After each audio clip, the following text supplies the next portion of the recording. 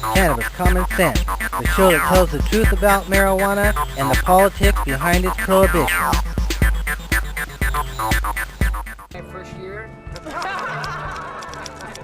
I'm the founder of Cannabis, I guess. My name is Katie Morse. I'm the staff director, and I've been doing hard labor for 5 years. The sun illuminates our grounds where we build underground railroads and say odes to our familia. And they say Plan Colombia does not affect the lives of the inocentes, descendientes, peasants, children, toda la gente, our gente, your people, for a drug war that is not equal, for a drug war that is not equal.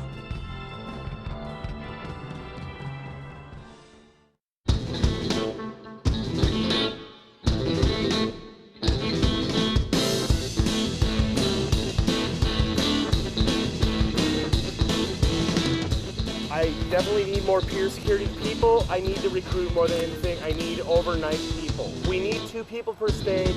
I want 3 or 4 people per stage. And we're going to keep people on the recycling thing.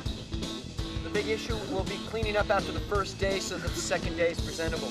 We're going to have a crew who more or less goes north to south and vice versa, making sure that everything's in check. We need everybody's help. Agua.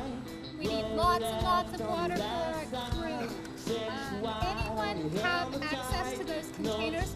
Even if you just have 5 gallons of water goes so far. We're going to need 250 gallons of water, more than that, per day for our staff. So, volunteer.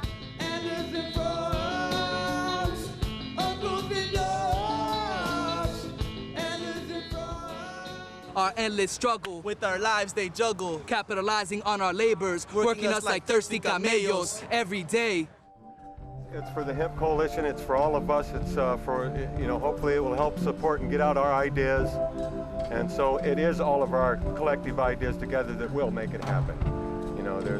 There is no particular leader, so to speak, it's our project. I want everybody to feel that way about it as much as possible, because that's what it should be.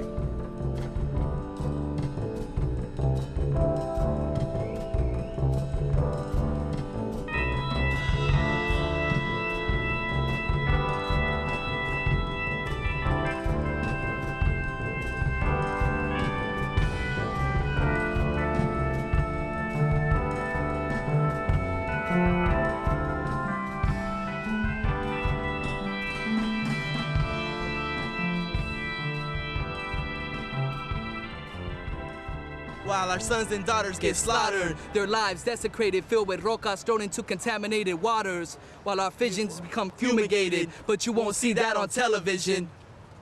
But you won't see that on television. This shit is tight, yo. Yo, what's up? Why you keep forgetting that line? Man, we're performers and shit.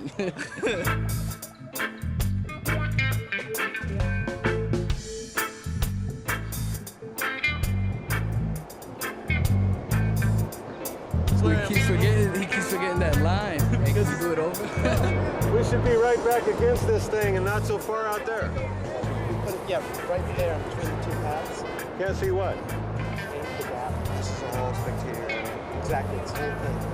I was saying right up here in this flat area in the first place, facing right down. I feel like there might be more of a room for people to actually dance. Yeah, well, you're over there like 70 feet, dude. Can't get these people on board with what I'm trying to think here. You know what I mean? He's going for something that Mick Jagger would need, Now I'll back out. Besides, staging isn't my department anyway.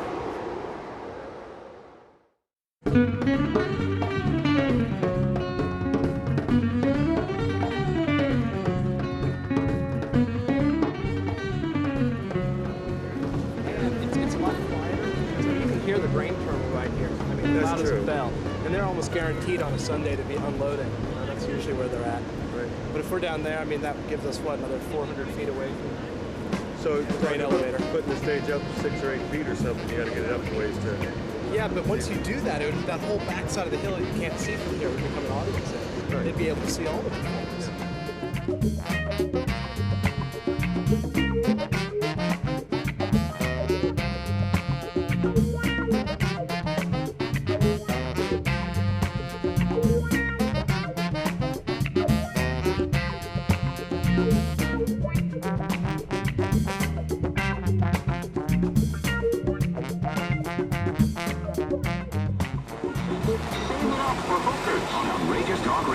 100.7 The Buzz. Outrageous talk radio. 100.7 The Buzz. It's the BJ Shea Experience.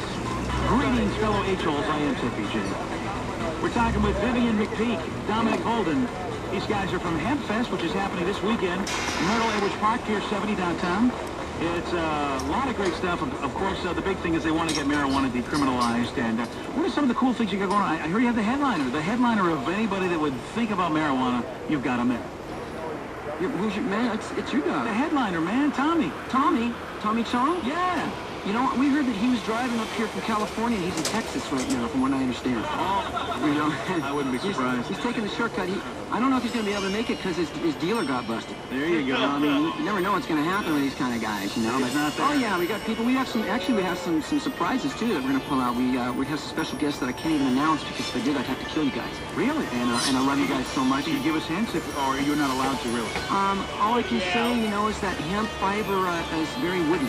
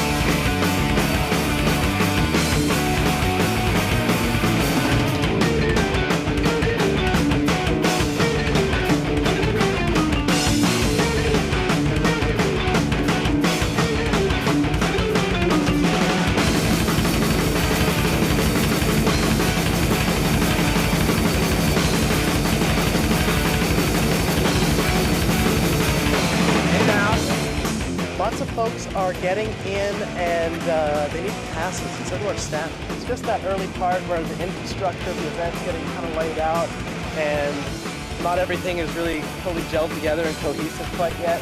But, you know, we got a great crew, a lot of good folks. We're gonna kick ass.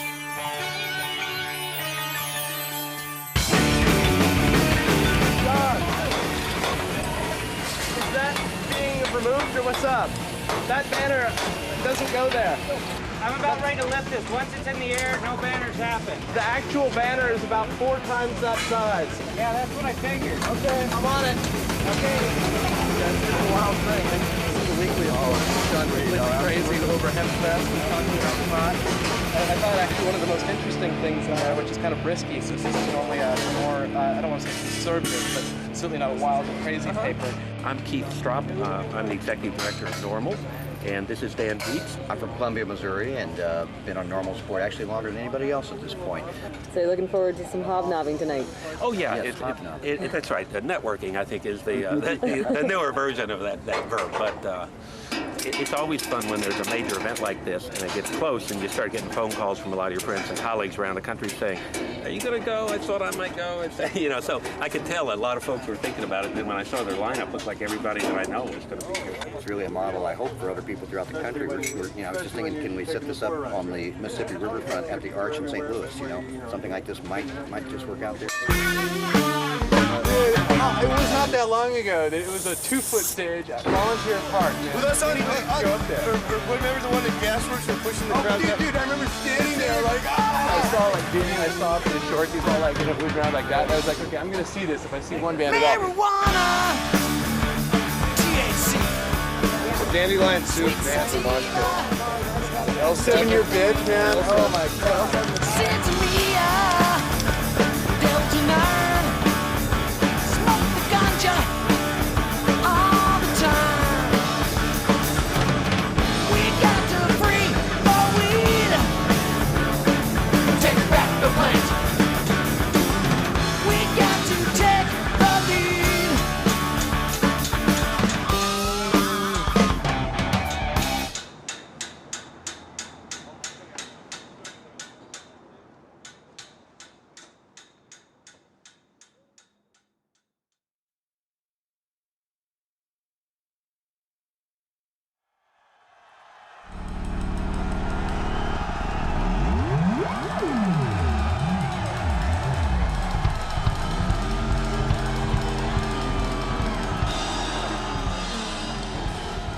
take a seed, you plant it, you grow it, you dry it, you roll it, you smoke it, and it goes down smooth. You take a seed, you plant it, you grow it, you dry it, you roll it, you smoke it, and it goes down smooth. Hey!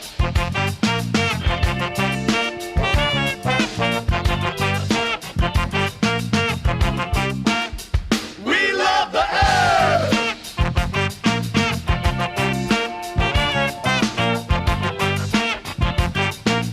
Give it to me! We love the herb! Hey, I take a little seed, I put it in the ground, and it will come back up to me. The Mother Earth is fed by the sun.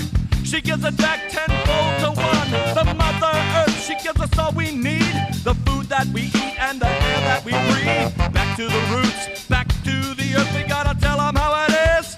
We love the herb!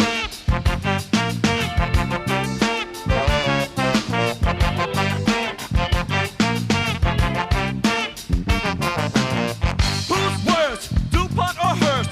They made laws to outlaw the herb. They told us that this plant was wrong, and then they poisoned us with their bleach white bomb. Outlaw a plant? How does that work? We are not the owners of this world. This plant is a gift from Almighty God, and if you haven't heard, we love the herb! We arrested in this country 704,000 Americans last year on marijuana charges. 43% of all drug arrests that occur in this country now are marijuana arrests. So obviously, we're wasting a shitload of money that we should be using to focus on serious and violent crime. Marijuana prohibition invites government into areas of our private lives that are simply inappropriate. We don't want the government knowing what books we read, what music we listen to, the subject of our telephone conversation, or what we do in the privacy of our bedrooms, for that matter. one more time you got to tell them how it's done. One more time you got to tell them how it's done. One more time you got to tell them how it's done. One more time you got to tell them how it's done. You take a seat. Should marijuana be legal? That is the question at the center of our week-long special, America's High, the case for and against pot. We've interviewed Melissa Etheridge, who said she used medical marijuana after her diagnosis of breast cancer. We've also taken you on a raid at a national forest where Mexican drug cartels are planting marijuana gardens. As the battle rages, marijuana keeps entering this country. This week, Border Patrol agents in California found nearly 200 pounds of pot hidden in 2 vehicles. These pictures from that seizure. Arrests were made in both instances. There are places right here in America, though, where it's perfectly okay to own and smoke pot. And tonight, you're going to meet a legal pusher of the drug who believes it can help sick people. Joe Johns reports. If marijuana has a future as a legitimate business in this country, Paul Stanford of Portland is a true pot pioneer. I feel a little bit more relaxed. I can feel that I've had a couple of little puffs here. Call it his Oregon Trail. For 25 years, he's pushed to legalize marijuana. In fact, for the last decade, he's hosted a cable access show on it. Bring out our infamous dancing cannabis leaves. He founded what he says was the first medical marijuana consultation and referral service in Oregon. The company has amassed files on 64,000 patients in 8 states where medical marijuana is legal, matching people who want it to doctors who can provide it. Stanford says it's a $3 million a year business. These plants are also Stanford's. He's licensed by the state to grow them for medical marijuana. He gives it away in closed-door meetings like this. The next frontier for this pioneer? We need to take this market out of the hands of the kids and substance abusers who control it today and put it in the hands of the state, where the age limit's strictly enforced and where we can get tax revenue. He's trying to get an initiative on the ballot here in Oregon that would allow for state taxation and regulation of marijuana, but he's failed in past efforts to legalize it here. It doesn't cost much to raise these plants. The whole operation runs on a shoestring, basically. But if this were scaled out so that marijuana was being sold all over the country and it were legalized, there are some people who say the cost to society would be much greater than the benefit. It's a guessing game, but a moderate estimate says if marijuana were decriminalized, it would save about $13 billion from not having to enforce marijuana laws. And if pot were taxed like alcohol and cigarettes, it would mean about $7 billion, a net gain for government of $20 billion. But that's not a complete picture. Comparing alcohol to pot, one professor at USC said alcohol taxes only cover about 10% of alcohol-related costs like drunk driving, and tobacco taxes only cover about 20% of tobacco-related medical costs. So what about marijuana? If legalized, would we see more accidents or lower worker productivity? And what about health effects, higher insurance rates? In Paul Stanford's garden, it's all blue sky. That's assuming that marijuana is like alcohol and tobacco, and it isn't. Marijuana is a healthy alternative and much safer than alcohol and tobacco. But what about the cartels and the brutal international drug trade? Those who support legalization say it will stem the violence. But critics say the cartels will simply slash their prices or ramp up trade in other drugs like cocaine or methamphetamine. Stanford says there's no proof that would happen, and he remains confident in the mantra of legalization. Marijuana is a lot safer than alcohol, has a lot of medicinal benefit, and so if we look at the science, we're going to win. But given the national experience with legalized recreational drugs, who knows where this Oregon trail will lead? Joe John, CNN, Portland. Before the break, we introduced you to a man in Oregon, a pot pioneer of sorts, who believes that science shows marijuana has health benefits. Does it? One doctor we spoke to this week calls pot the best medication he's ever worked with. Others say it's a potent, addictive, gateway drug with dangerous side effects that ruins lives and families. Both sides have studies to prove their case. So what exactly are the facts? Let's try to get some answers. From 360 MD, Dr. Sanjay Gupta joins us now. Sanjay, let's get at it. Are there benefits to medical marijuana? I mean, is there a case for its use? Because the patients we talk to swear by it.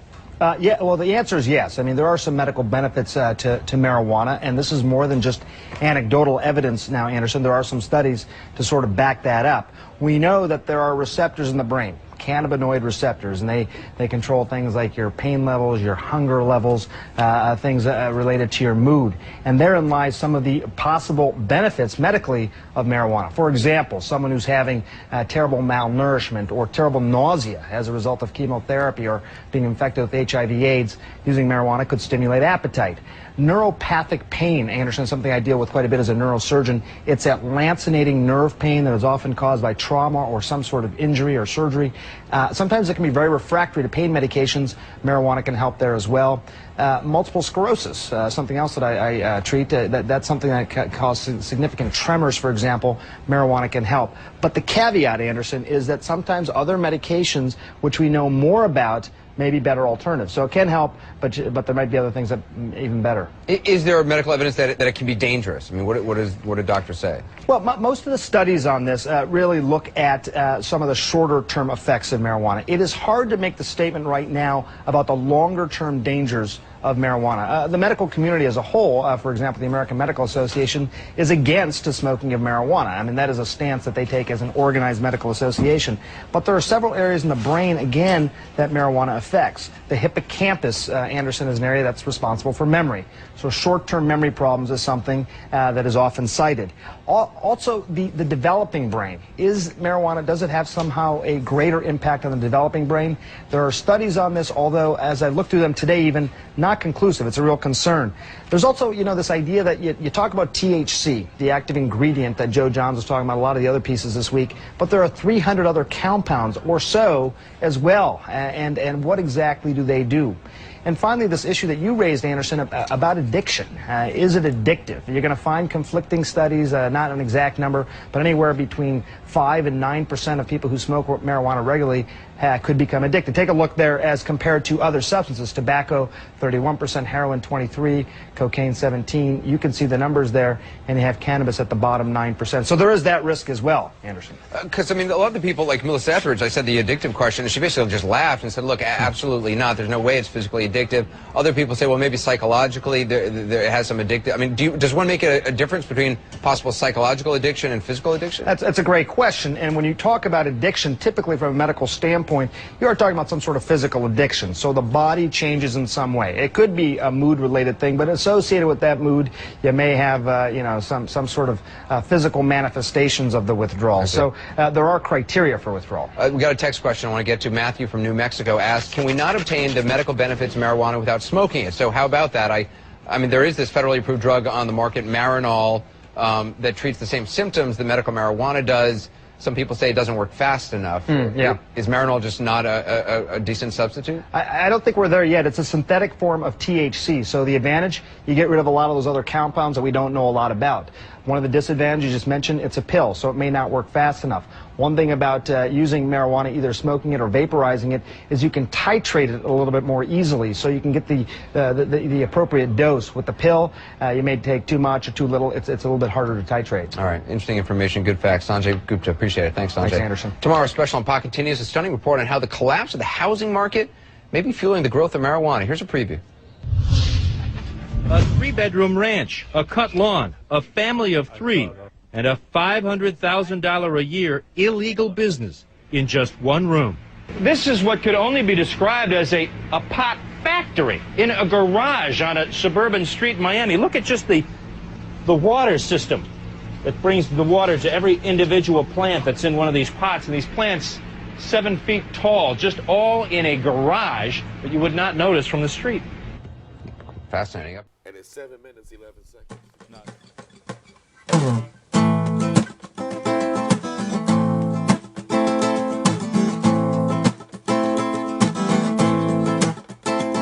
I want to tell you all a little bit about a plant I know that can save the world. It grows long and tall and has flowers that can make your mind swirl. It's a funky plant with a fiber that is resistant to rain and mold. It's the strongest plant fiber known to man, the best rope you'll ever hold. Well, the pioneers covered up the wagon trains with a canvas made of hemp. And Washington and Jefferson grew it on their farms and said to make the most of it. The first stars and stripes were sewn on hemp, the first Constitution too. It's around the world for food, fiber, oil, medicine, and fuel. But if we press its seeds, we won't have no need for any other oil. We can make paints and inks, we'll run our car, we'll go back next season, it'll fix the soil. The most nutritious seed we can put in our mouth with omega-6 and 3. We can feed the world with the tree of life and live sustainably.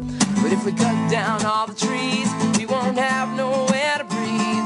Grow fields of hemp instead. We can make our paper, build a house from it. It's the goddess plant growing wild and free, living the way that we ought to be. Gonna leave my children a better world than my ancestors left me.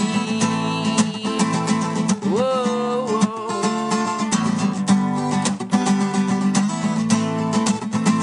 La, la, la, la, la, la. Whoa.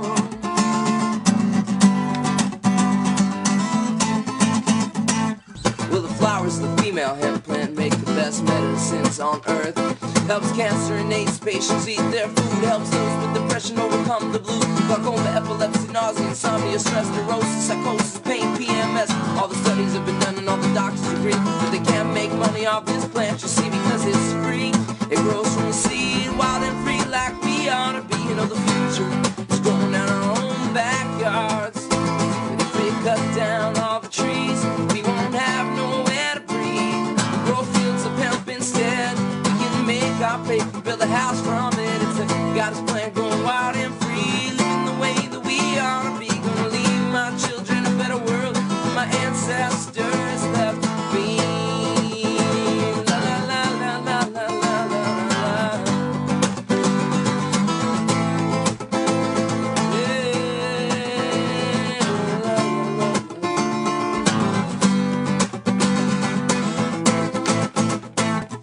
So in this modern day and age, when we seem to lack spirituality, this one single plant can bring us back almost 10,000 years in history. To the Shiva, Puranas, the Jesus, the Christ, to the Buddha, the pagans, the goddess, the light, to commune with all the animals, commune with all the trees, to realize the goddess because inside me is the earth is a mother. We gotta take care of the earth. The earth is the mother that gives life birth, and we can heal our relations with a single green plant. We can start right now. But if we cut down all the trees, we won't have nowhere to breathe. Grow fields of hemp instead. We can make our paper, build a house from it. It's the goddess plant growing wild and free, living the way that we ought to be. Gonna leave my children a better world than my ancestors left me. Whoa. Yeah, la la la la la la. Whoa. This is, let me get you to close in just a little bit farther. camera 2 if That's you can. old money. Yeah, this is old money. This is a 1914 series $10 bill. First of all, you note that it's Andrew Jackson, who today is on the $20 bill. Way back then, he was on the $10 bill. Now, the signature of the Secretary of Treasury right here is Andrew Mellon. Maybe we can get you to close in kind of on a half bill there on camera 2. Andrew Mellon was the head of Standard Oil, what is today ExxonMobil, and was the world's largest oil company. This was his first stint as Secretary of Treasury. He was the Secretary of Treasury for 5 different presidents, between Woodrow Wilson to Herbert Hoover. And so he controlled a lot of the Treasury Department, a lot of economic policy, also the head of Mellon Bank, and he had a nephew, and his nephew was Harry Anslinger. Oh, bite your tongue. And Harry Anslinger was the first head of the Federal Bureau of Narcotics. Now, the Federal Bureau of Narcotics started in 1931, and it was in place until '72, when under Richard Nixon they changed the Federal Bureau of Narcotics to the Drug Enforcement Administration in the Controlled Substances Act of 1972. But Harry Anslinger is the father of hemp and cannabis prohibition. He's the one who made up the reefer madness stories and said it caused people to go insane and kill their family and friends. Now, Andrew Mellon was the head, as I said, of Standard Oil. And in Mexico, in 1911, there was a revolution, as many of you may know, and Pancho Villa led the revolution, and they overthrew the Mexican government and established a new government that continues today. And Pancho Villa's soldiers had a Revolutionary War song called La Cucaracha. La Cucaracha, in one line in La Cucaracha, says that the cockroach, which is what La Cucaracha is, the cockroach, smokes marijuana and then falls down. Well, Pancho Villa, when they became the revolutionary leaders and took over the government of Mexico, they nationalized the oil industry. And the oil industry magnates, such as Andrew Mellon here, did not like that at all.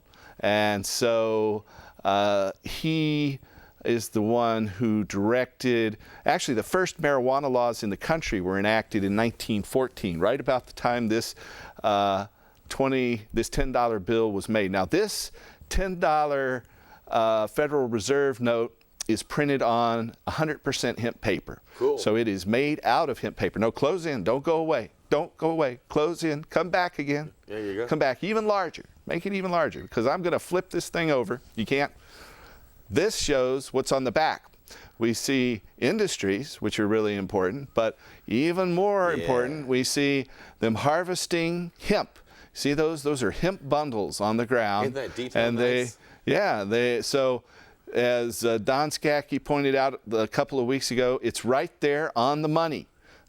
Industrial hemp. Not only is this made out of hemp fiber, it is shows hemp harvesting on the back of it. So this bill in particular has a lot of historical notes. It's one of the most beautiful bills notes. done too. I think the artwork was just stunning. Yeah, and so there it is. It's right on the money, as you can see. Get that enlarged on your HD screens at home. And then they march into Congress and make all these silly laws. So so this bill is particularly historic in that regard. It's a great teaching tool. That's why I decided to bring it back and talk about those various aspects of hemp and cannabis prohibition. I'm going to do a Lowell George song. It's a trucker's favorite. One of mine, too. All right, here we go.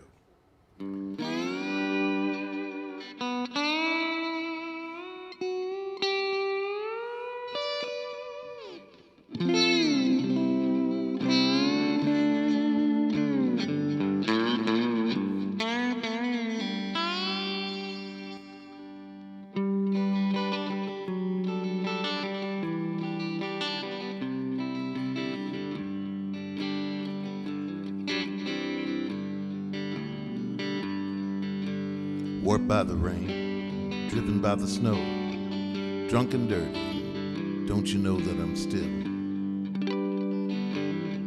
Lord, I'm still out on the road late last night. I seen my pretty Alice in every headline. Alice, Dallas Alice. I've been from Tucson to Tucumcari, to Hatchapee to Tonopah, driven every kind of rig that's ever been made,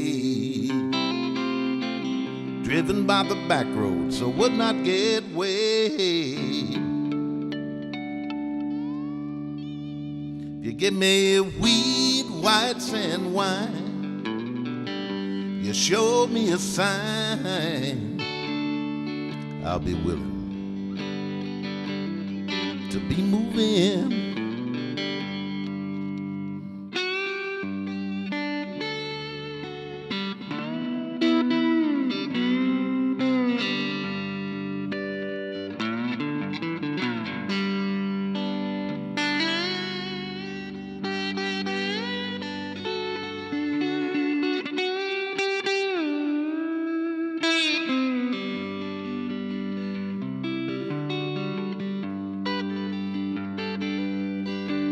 Kicked by the rain, driven by the sleet, had my head stoved in, but I'm still on my feet, and I'm still, Lord, I'm still.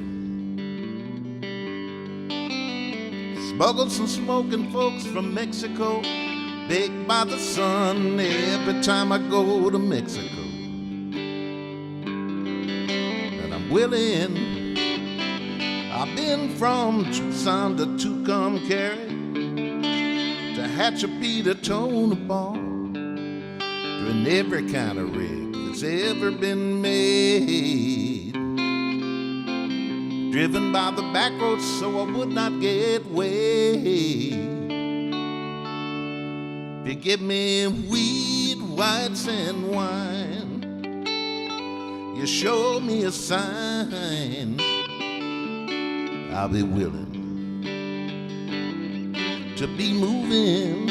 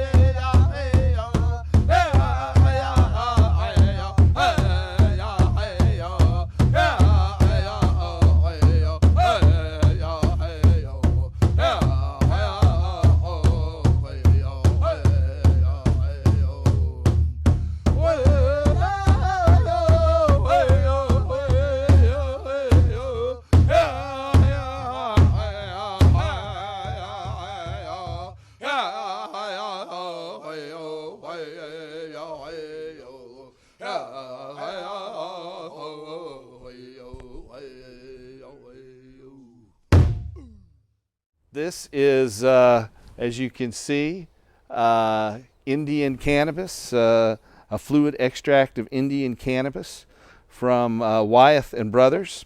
Right next to it, it is a cannabis compound called Kill a Cough. It's a really neat bottle. It's if you like bottles, and I do. This one is a chloroform cannabis mixture, and it's called Kill a Cough for as a cough medicine. Next to it, we have this. It also came in this. It's also Kirkcall's cough medicine. It has a little package here with instructions in Swedish, Bohemian, Spanish, Italian, French, and several other languages. So this is also cannabis and chloroform.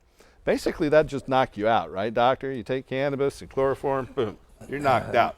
You won't be coughing. Then we have this one from Eli Lilly, a 1-pint bottle of fluid extract number 96, cannabis. Eli Lilly had about 8 different cannabis preparations, several of them pure, some of them were fluid extract, powdered extract of hemp, which was basically hashish. Then we have this little package of hemp oil. We've taken it and lit this lamp to demonstrate the energy potential of cannabis, and then of course our hemp twine.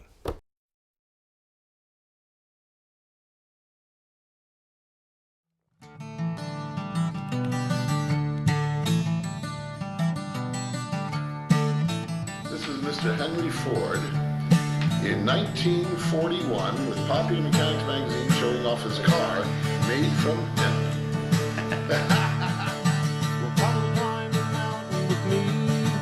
Come see what we can see. Come climb the mountain with me, and then we will all be free.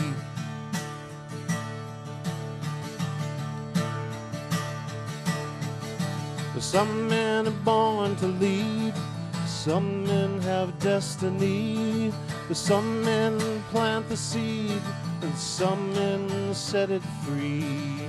We had 92,000 cars a day, thousands of people parking behind the FBI building, and they arrested us and they said, you cannot do this. I said, well, I'm not going to pay you a fine and go on probation. So I did 15 days in prison rather than give them a $5 fine. Wow, you know, that's kind of like telling Jesus you can't practice on Sunday. It was a fine line.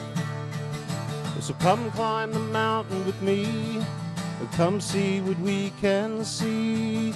Come climb the mountain with me, and then we will all be free. Jack here and Ed Adair. Well, hi, guys. They must be on the hemp tour. Are you on the hemp tour? One man said we must hear. One man's voice was clear. One man heard the call. His vision speaks for all. The #1 plant for paper, fiber, and fuel from the natural cycle had been outlawed. That somehow the synthetic cycle had won, when the #1 thing in the natural cycle could outproduce it and completely clean up the atmosphere. So my partner, Captain Ed, who had become my partner in 1973 and doing the politics of this, said, we have to teach everybody in the world. So we went around and told everybody. Yeah. But it was a slow process. So come open your eyes with me, and come see what you can see. It's time for the world to know the emperor wears no clothes. Come open your eyes with me, It's time for you to see. It's time for the world to know that the emperor wears no clothes. It's time for the world to know that the emperor wears no clothes. That the emperor wears no clothes. That the emperor wears no clothes. That the emperor wears no clothes. This is what you call ribbon hemp. We took stems after the trimmers were done, and under the carve-out exemption from marijuana, that mature stalks and the fiber therefrom are not marijuana. We took these mature stalks, we soaked them in water overnight, and then the next day we peeled the bark off of the hemp stalks. Mm-hmm. And so this is ribbon hemp. So it's starting with ribbon hemp, and these are some woolen carders. Is this what a sheep herder or a sheep processor would use? Is this? No. This is plant fiber. This is all plant fiber, and so we work the fiber, and this combs the cuticle off of it. And I am making a bit of a mess. I really. But this is what you come down with in the end. Is that correct? That's right. Wow. And so delightful. This breaks it apart and takes the cuticle off. And this is almost as soft as a wool or sheep sweater. It's actually a little finer than a wool hair, a wool fiber. This is 18 micron diameter is the real fibers from the hemp. Let's hear from the core group here. Give me an H. Give me an E. Give me an M. Give me a P. Your turn. Outdo him. Give me an A. Give me an E. Give me an M.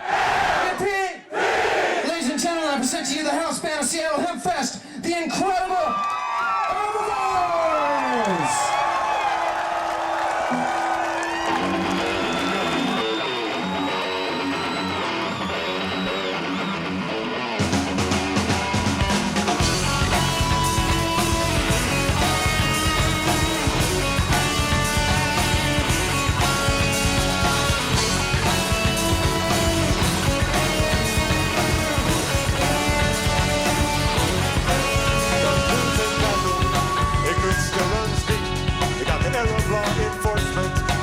Out on the street, I can get on out of town, but this here town's my home, ain't hurting nobody, so leave my ass alone, 'cause it's a losing battle, now that the truth is out, even the politicians have figured this thing out, you can go ahead and inhale press, might help you loosen your tie, and legalize the herb, and drop all the lies, 'cause it's a losing battle. Wake up!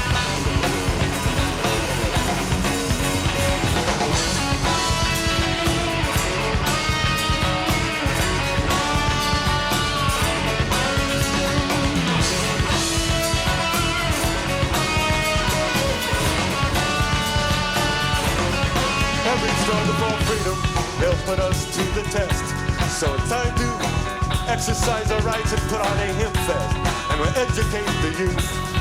Soon will rule the land, 'cause it's just a matter of time, and it's time to take a stand, 'cause it's a losing battle, one that money can win, been going on for years, just keeps right on going, like a cold war with the commies, prohibition and the like, you can throw us all in prison, but you cannot win the fight, 'cause it's a losing battle.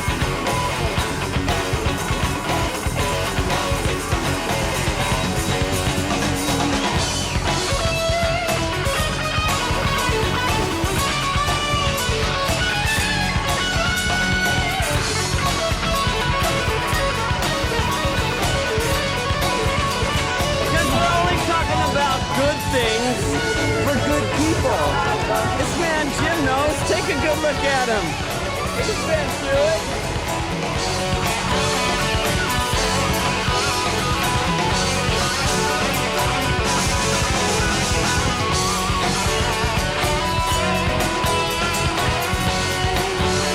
This is Vivian McPeak at Seattle Hemp Fest here in Myrtle Edwards Park.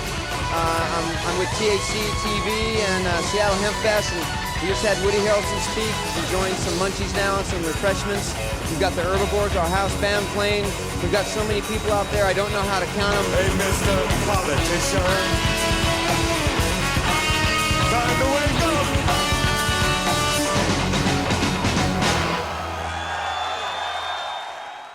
We've been putting up with people going to jails and prisons for 1, 2, 10, 5, 20 years for marijuana. It's got to end. It's an outrage.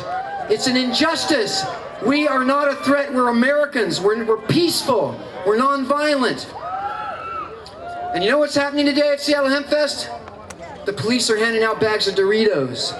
We're winning! We are winning this war on us.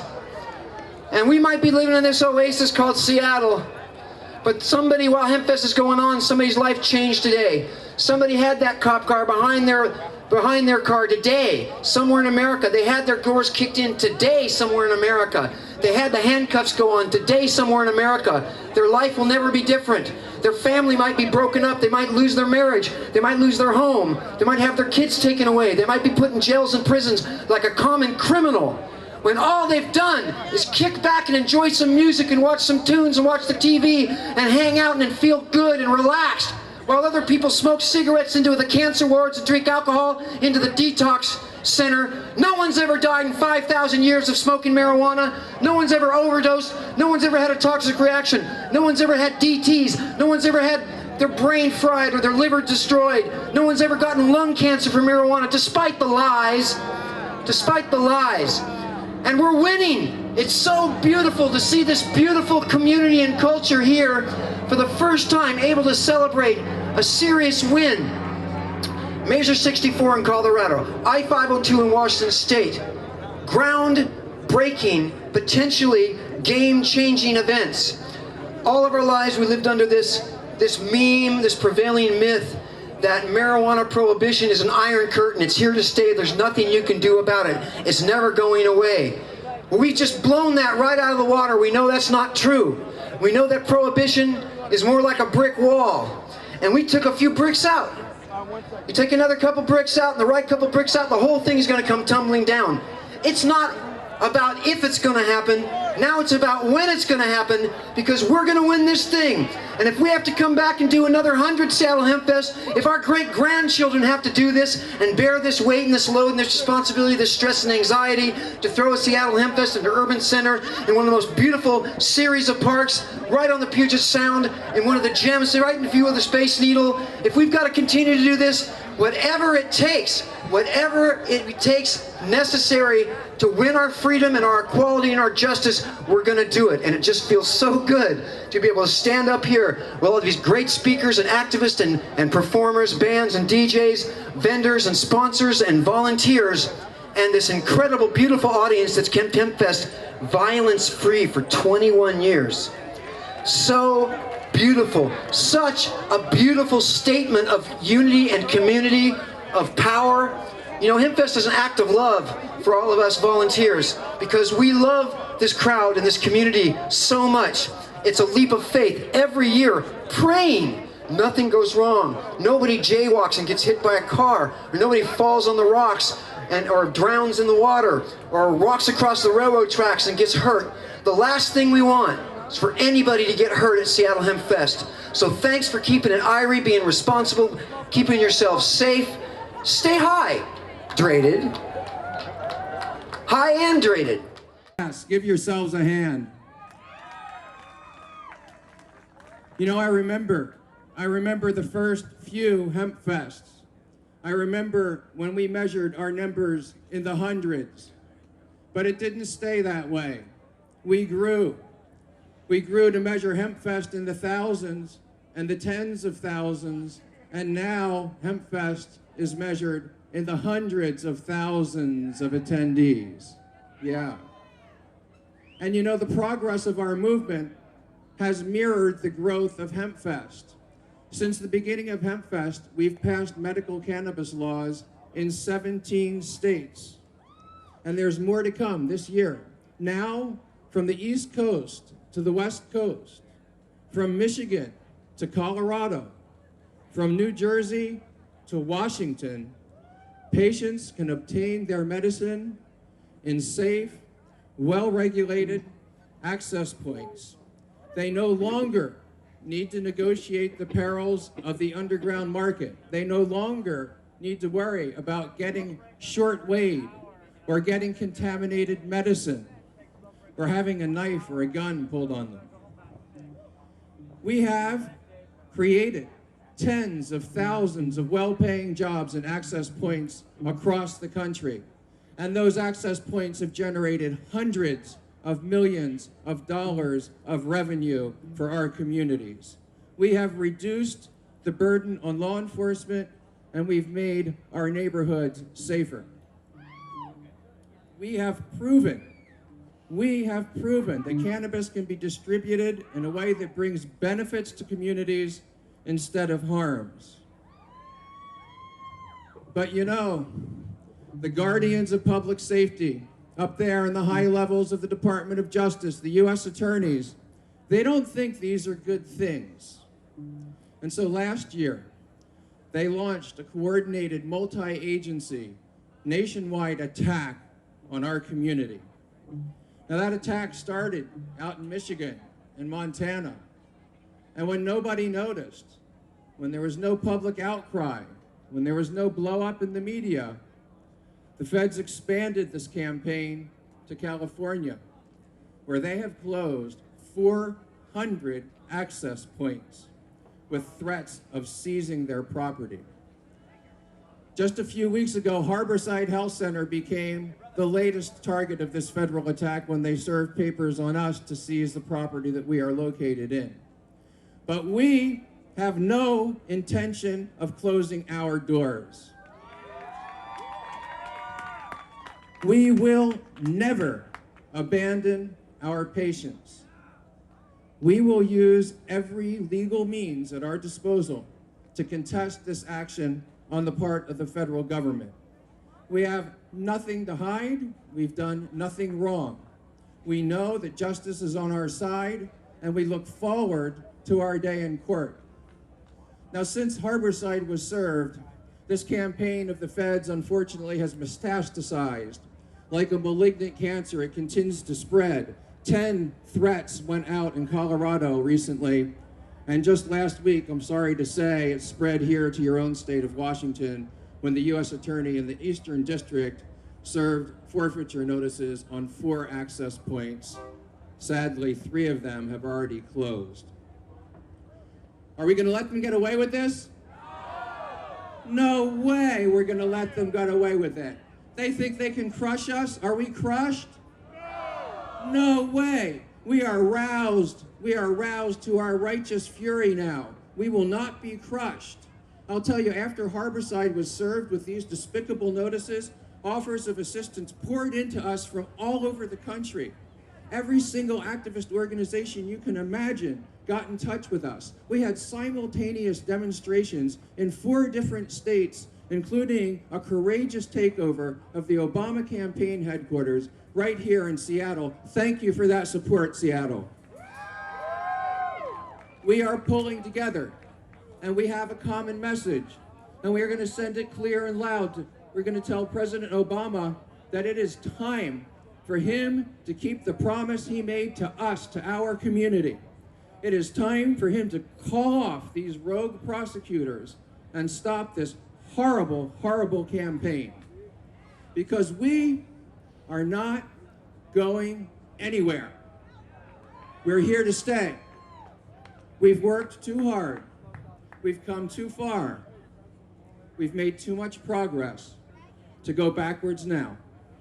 All across this country, we've built laws, we've passed laws and built systems of distribution that have allowed patients to come out of the shadows of the underground market and come into the light of safe and compassionate access centers.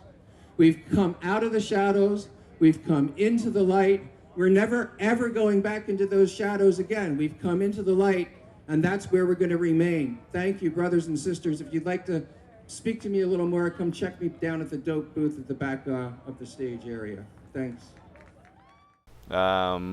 we're about out of time. Anything you want to say in closing, Casper? Please make it a point to go to timeforhemp.com. Check out all the great free downloads that you can have. Great editorial cartoons. We got marijuana grown on the site live that you can watch if you got nothing better to do. And as always, Time for Hemp is like a good joint, best when you share it with your friends. And we recommend you give us a call. And if you need a medical marijuana permit, you can call us at 503-235-4606. That's 503-235-4606. If you're not here in the Portland area, you can call us toll free at 888-499-THCF. That's 888-499-8423. We're going to go out with another great song by Mr. John Cornette. We're not going to have a live show for the next 3 weeks. I'll be on the road again. But we'll be back with a live show at the end of August, and we will have tape shows with lots of cool stuff between now and then. So stay tuned. Thank you, John, for playing your groovy music, and we'll see you soon. And remember, help us restore hemp.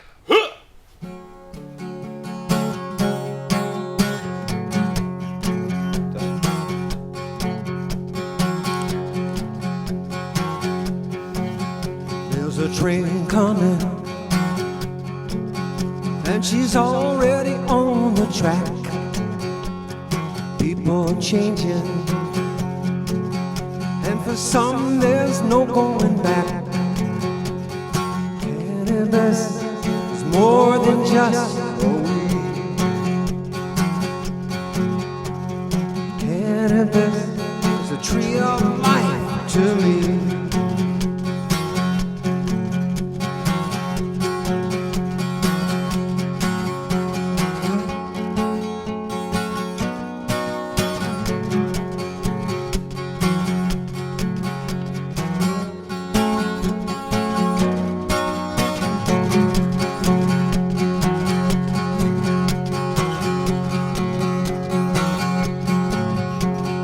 People talking,